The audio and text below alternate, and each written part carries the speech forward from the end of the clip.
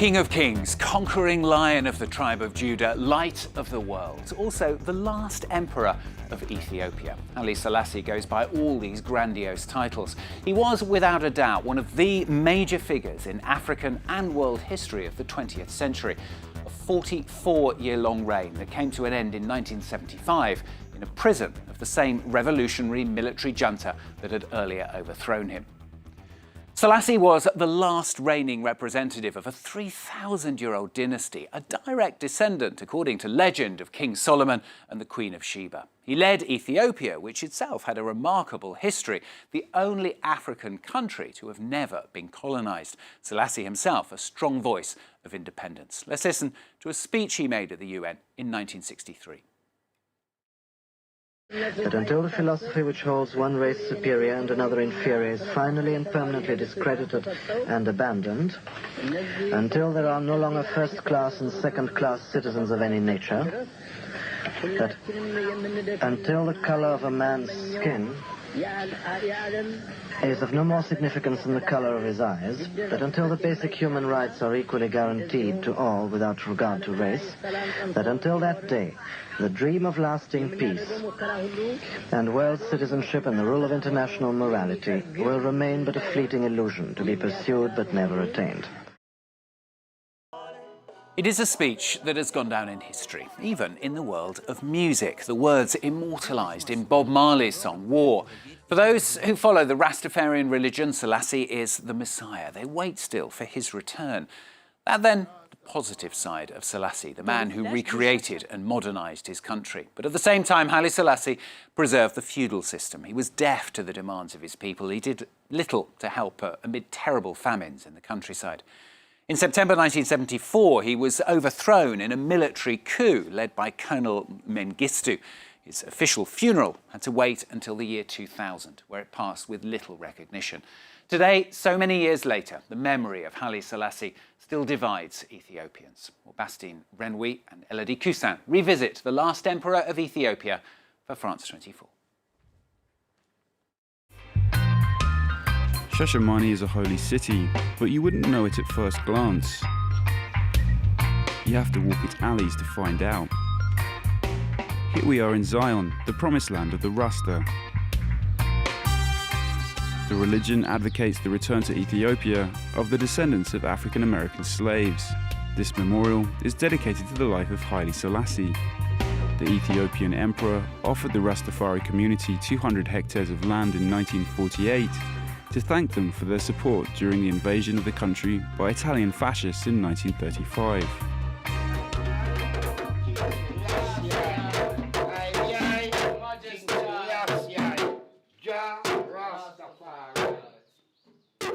The influence of the last emperor, or Negus, is everywhere. The Rastafarian religion, created in the early 1930s after his coronation, takes its title from his birth name, Tafari MAKONNEN. His uncle, Milik, gave the name Ras as a prince, Ras being prince. So Ras and Tafari combined together, become Rastafari. Here the emperor is regarded as the Messiah. This was found in Yemen. What? Almost thousands and thousands of years ago. Yeah? Reincarnated. Same picture. Christ in his kingly character. So Christ in that time, Haile Selassie in this time. Haile Selassie himself was not a Rasta, but believers say Selassie prevented the colonization of Ethiopia and showed black people the way to freedom while allowing them to return to the African continent. Rastafaris are currently enlarging this tabernacle so that more devotees will come to pray to the emperor, awaiting his return. Zatu doesn't even believe that he's dead. If the Queen of England or anybody dead right now, them gonna show you that person in a box for a little while. Ethiopia say, move it for today. Them no one see no dead. So Ethiopia move it quick. Yeah, no one hasn't seen Selassie in a box. Haile Selassie's death in 1975 is shrouded in mystery. The communist Derg that ended his reign in a coup d'etat refused any investigation into his death and hid his body. For decades, it was taboo to speak his name in public. The imperial family were persecuted, and some of its members went into exile.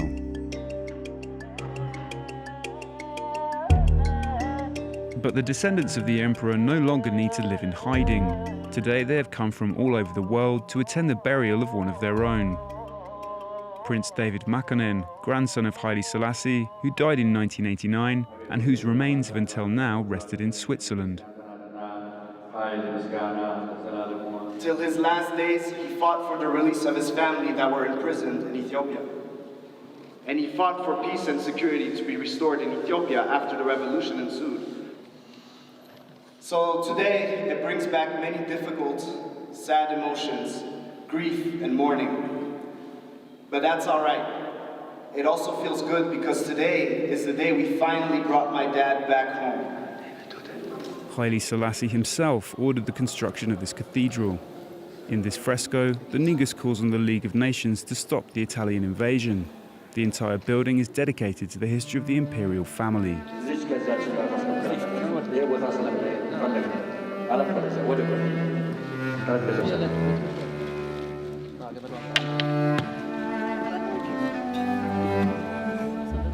The crypt, hidden by this metal grille, holds the bodies of the monarch's descendants.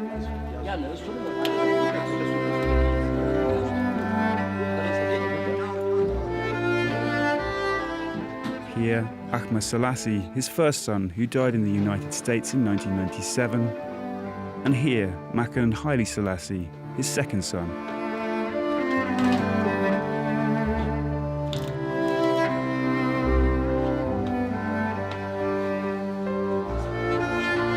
Joel MAKONNEN grew up in exile in Geneva. He now lives in the United States and campaigns for the imperial history of Ethiopia to be more openly discussed. Je pense que maintenant, les gens l'ont senti qu'il faut une réconciliation. Dans les années récentes, on a vu une resurgence en fait de l'empereur, de sa mémoire. Même le Premier ministre Abiy a fait des discours où il a parlé à propos de l'empereur, il a ouvert le palais de Ménélik pour que la société éthiopienne puisse reconnecter avec cet héritage. Since the fall of the Negus, Addis Ababa has changed a lot. Almost 900,000 inhabitants in the 70s, more than 3 million today. And the legacy of Haile Selassie is becoming more and more visible. This video, broadcast at Meskel Square, in the center of the capital, invites you to delve into the country's past. The former palace of Haile Selassie now houses the university. The emperor donated it in 1963. Dr. AHMED directed the site for 10 years. For him, the palace must maintain the memory of the Negus, like here in the MAKONNEN Hall. John Kerry était ici, le chef d'État turc, le chef d'État d'Afrique du Sud. Tout le monde, le dirigeant mondial, quand il arrive, on les accueille ici. Mais pourquoi on l'a fait? C'est la mémoire de l'époque impériale. Donc, quand on monte vers la résidence impériale de l'époque, voilà la chambre de l'empereur. Regardez, on a bien regardé cet héritage important. Dr. AHMED is extremely proud. It was not easy to keep this place as it is. The Derg regime, a communist military junta, tried to make everything disappear. Il y en a des bizarres qui arrivent. C'est quoi votre rassemblée impériale qui est vraiment inutile aujourd'hui? Mais non, pour l'historien, rien inutile. Pour les chercheurs, rien inutile. On ne peut pas prendre parti. C'est un héritage de plusieurs avantages parce que c'est lui qui nous a donné l'université. Donc on ne peut pas jeter par terre héritage de l'empereur Haile Selassie. According to the professor, what must be remembered most is the emperor's contribution to Pan-Africanism. C'est un père de l'Afrique qui dirige un pays jamais colonisé. Les relations internationales et relations africaines sous la direction de l'empereur, c'était vraiment remarquable. It is thanks to Haile Selassie that the headquarters of the African Union is today in the Ethiopian capital. In 1963, the emperor offered land and facilities to create the AU's predecessor, the Organization of African Unity, which would host the heads of state of the continent every year.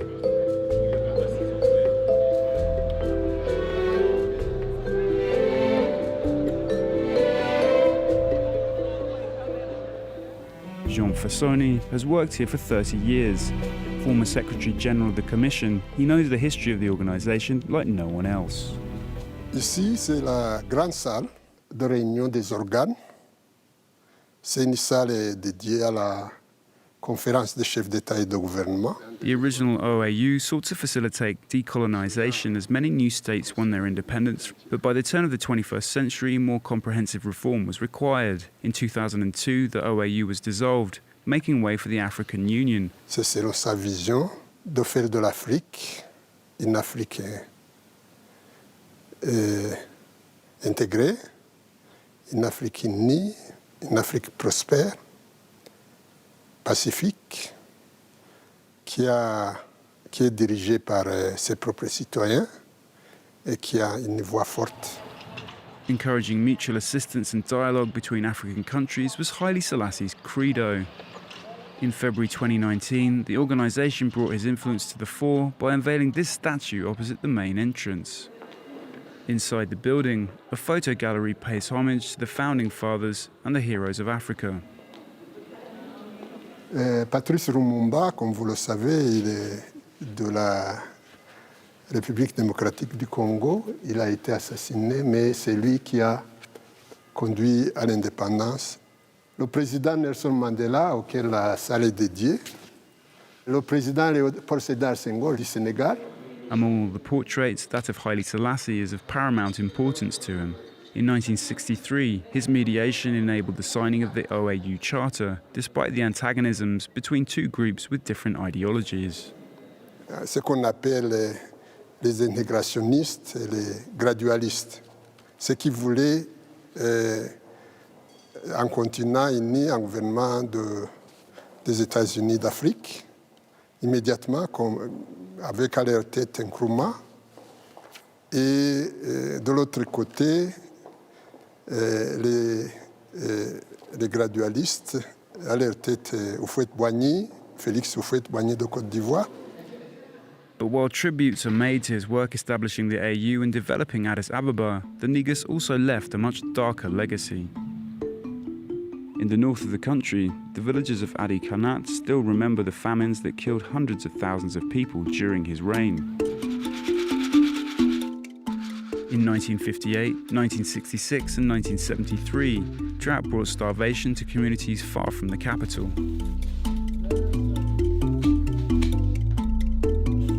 The emperor did nothing to ease their suffering and even tried to prevent the news from getting out.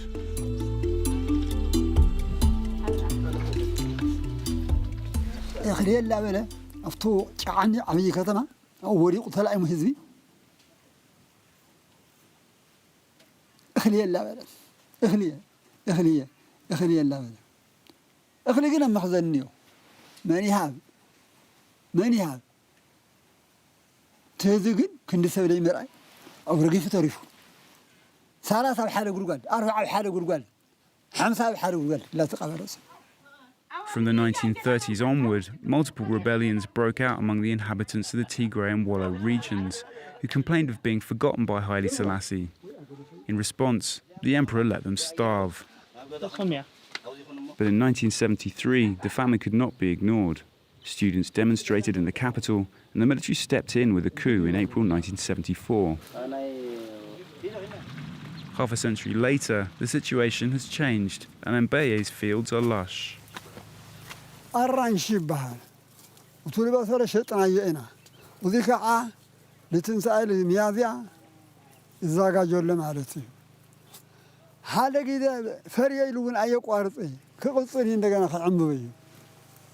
وهبرتسبنا ما ينترخوا بفلاي ما حصر سقاط من بتعمي تقامائي.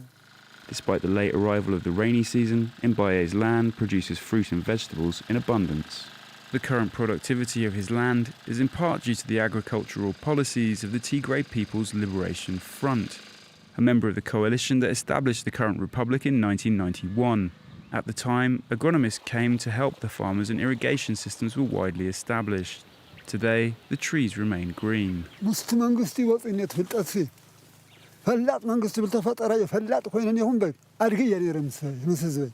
Today, the people are worried about political change. After almost 30 years in power, the Tigray People's Liberation Front is now in opposition. Friction with Prime Minister Abiy Ahmed means local Tigrayans once again fear marginalization and even another crisis.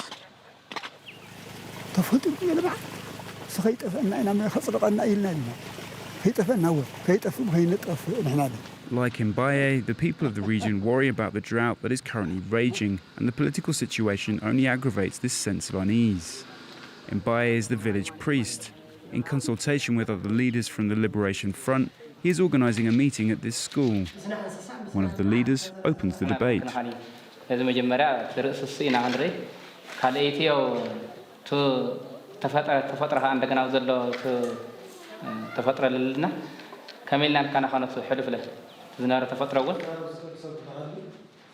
Some fear the region is headed towards a repeat of 1973.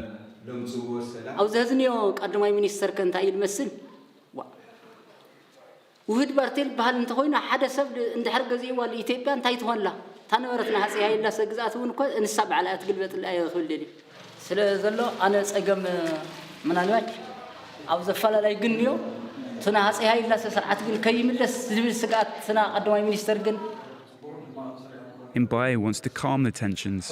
The political situation is worrying, but for the moment there is no shortage of food.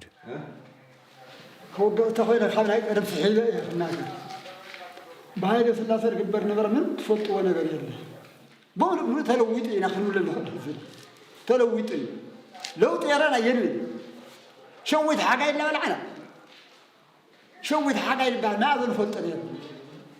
Despite his concern, the old man refuses to draw a parallel between Abiy and Haile Selassie. But the legacy of the Negus still hangs over Ethiopia and troubles the inhabitants of the country's north. Between his admirers and those who suffered under his authoritarian rule, Haile Selassie continues to divide.